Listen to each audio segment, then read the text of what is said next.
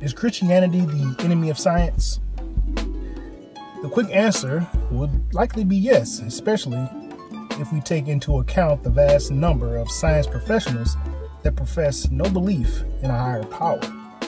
In addition, we would note the animosity with which modern Christianity is met by atheists. Let's just be frank. Society and the media would have you believe that Christianity is nothing but a blight on society. But is that the truth? Does science and society owe a boon to Christianity? Faith and reason seem to have conflicting goals. Faith presents us with a view of the universe designed by a creator, while reason dictates that we examine the fact that this cannot be proven. Still, it is hard to prove that God does not exist as well. That being the case, Christianity has never set out to eliminate science. As a matter of fact, it's been the exact opposite. Christianity was and is a supporter of higher learning and a patron of scientific research. We could provide the instance of Galileo being put on trial for heresy when claiming that the earth travels around the sun and not the other way around, as proof of the church's egotism.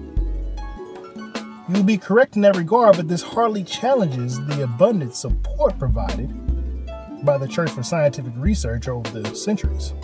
Additionally, Galileo's situation was exacerbated by his dialogue on the two chief world systems of 1632, which provided an insult to the then Pope.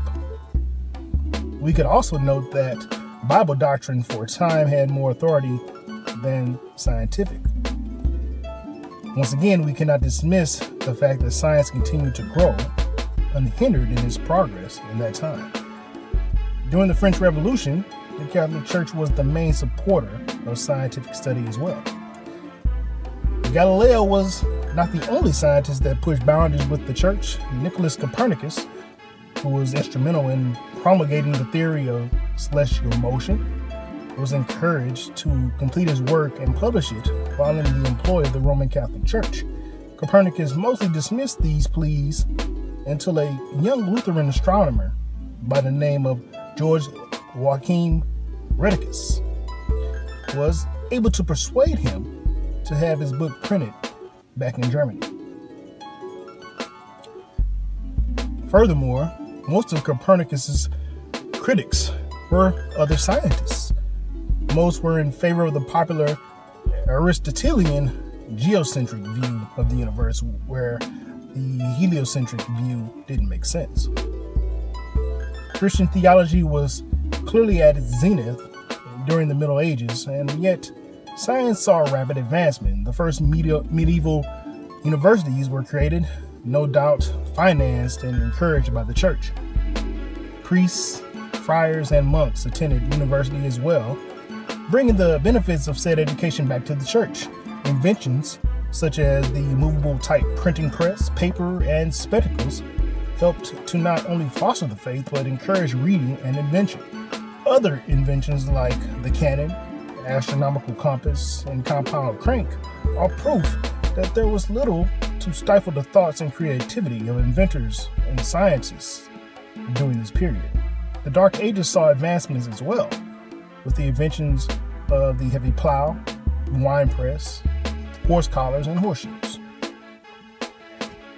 Men like Johannes Kepler and Robert Boyle continued to try to bridge the gap with science and religion. Kepler was fond of his creator, just not so taken with the Bible as how it explained the universe.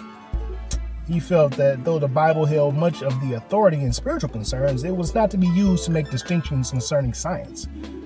Profoundly spiritual, Kepler made pleas to his creator in his astronomical treatises. Boyle helped to popularize the scientific method. Convinced of the idea that laboratory science was actually a devotional practice, he claimed that to understand the details of nature will ultimately lead to admiration of God and a more pious lifestyle. Now, a surprising amount of Christians are Nobel laureates as well. Overall, Christians have won a total of 78.3% of all the Nobel Prizes in peace, 72.5% in chemistry, 65.3% in physics, 62% in medicine, and 54% in economics. Astonishingly, literature is the only area where a majority of Christians was lacking, and even this is 49.5%. So, what does this tell us? Are Christians really opposed to science so much that it places them at odds with their Creator, or is this supposition just a lot of speculation based on the apparent rift between science and religion? Why do you think that Christians supported science so heavily? The theory is that it glorifies God and gives concrete evidence of a wondrous, meticulously created natural world where He set everything in motion. This idea is definitely not in conflict with science. On the contrary, science continues to bolster the argument for God's existence. Even Albert Einstein found it hard to dismiss the idea of a creator, even though he confessed that he was agnostic. Maybe the truth is somewhere in the between. Either way, this discussion will continue.